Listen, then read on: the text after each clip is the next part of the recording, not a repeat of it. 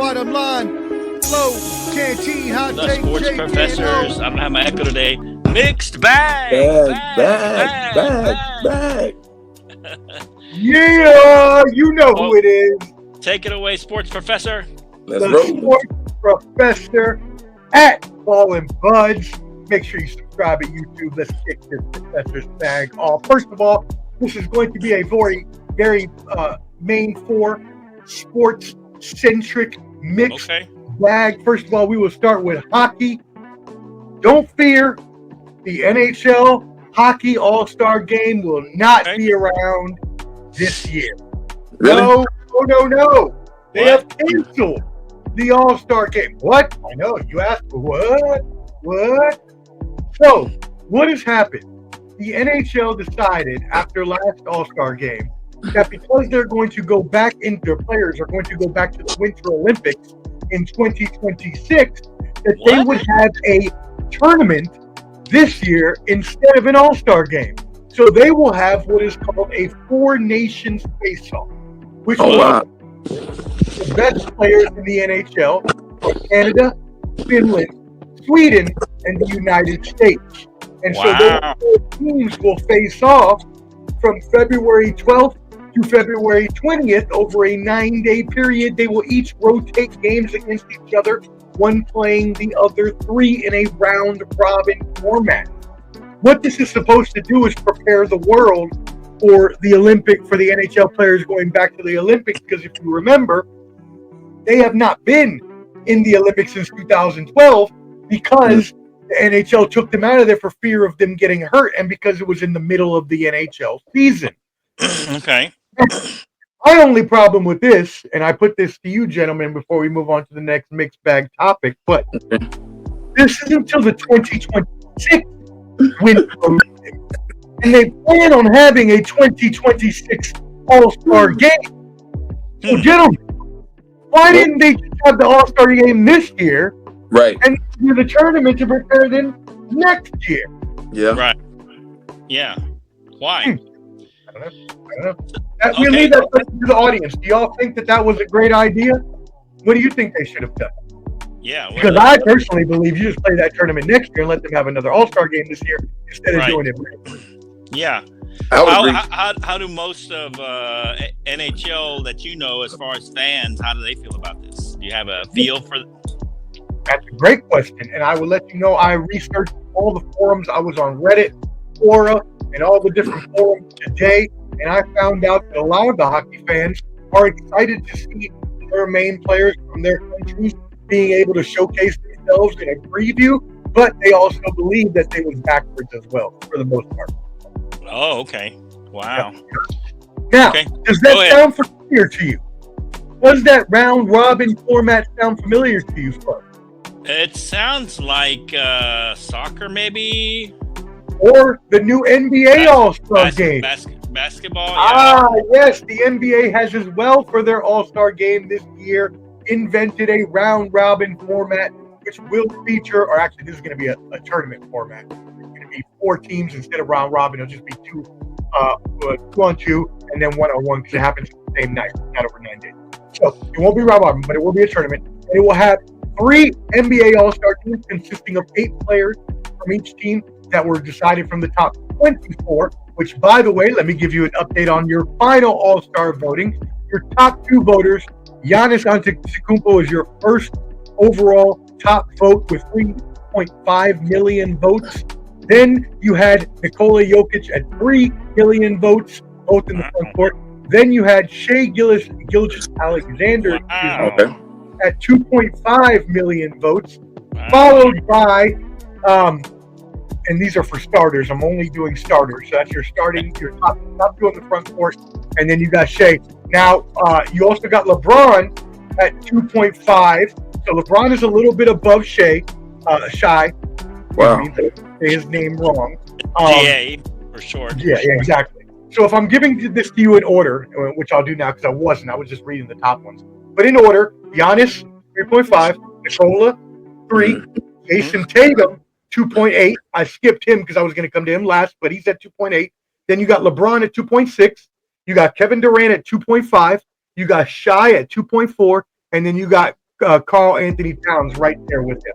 Those are your top all-star getters. And then the fourth team will consist of your rising stars, which will come from first and second year players that are not all-stars, but that are respected all-stars. And that's how they're gonna. That's the format for the All-Star game. You said there's the format for the All-Star game. They have replaced the All-Star game. There's no more glorified three-point dunk contest anymore. We'll have none of that more BS. What? All that's gone. All that's gone. Yep. All you're gonna get now is 14 crazy, man. In 2 games. They played a 40, and then they got the 2 teams in the championship. So that's so to me, Omar. To me, they're taking the significance away, and I get why they're taking it away because nobody really takes the dunk contest serious anymore. Nobody really takes the 3-point shooting contest. No. I'm sorry, Ken. Don't let me get that confused. Oh, they're going to still have the skills activities such as point dunk. What I was referring to is how everybody now considers the All-Star game itself to be just a 3-point dunk contest where they just go up got you. Right. Street ball, right? So that's what I meant. So I apologize for getting confused. I still have the dunks, still having the threes, still having the skills. But for the actual All-Star game, there's no more just East versus West. It's going to now be 4 teams in a tournament format. Oh, just 4 random teams. Doesn't matter which conference. So they're going to take the top 20, or they're going to take the top 24 All-Stars as they normally would for the 2 teams. They're going to split them into 3 teams of 8 chosen by the coaches. So they're going to have like a draft. Oh, so the coaches will draft them, basically. And it'll be your coaches that are leading at the All-Star break, the 5 teams, and then an assistant from one of those teams. So how do you know who to root for? Like, are they going to be designated team names or they'll probably have names, but really you're just going to be rooting for players and whoever you want at this point. I don't think there really is a rooting interest anymore, like East versus West or U.S. versus Europe or anything like that. At this point, they were just trying to make it more exciting because people tuned out of the pickup game. Gotcha. Okay, that's fair. That's understood. Yeah, let us know what you guys think about that. Go ahead, Professor.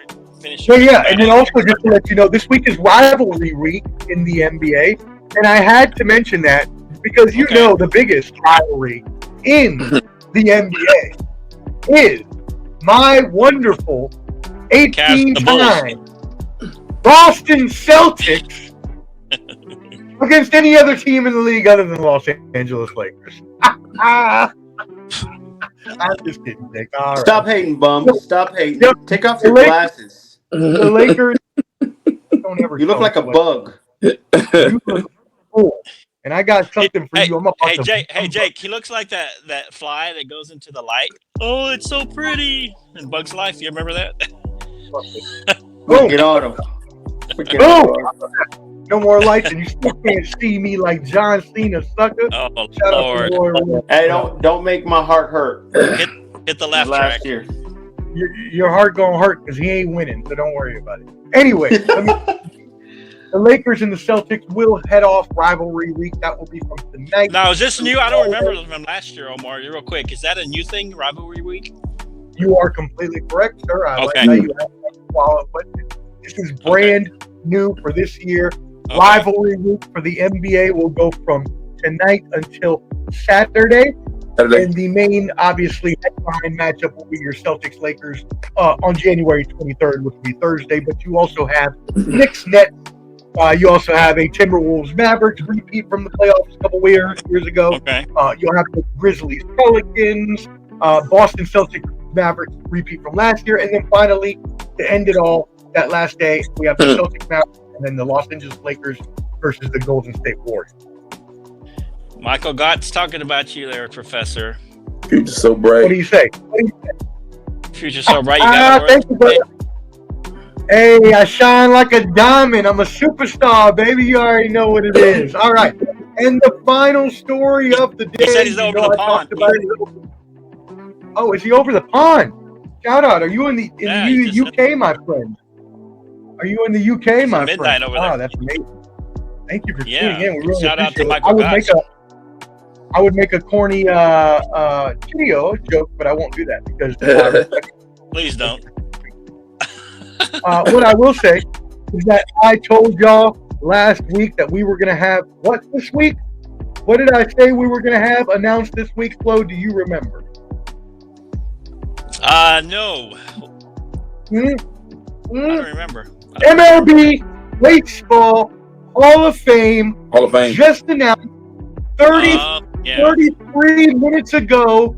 It was announced Ichiro Suzuki is officially headed to the Hall of Fame, and I only have one word for Ichiro other than congrats. I have for the one hater, the one mofo hater.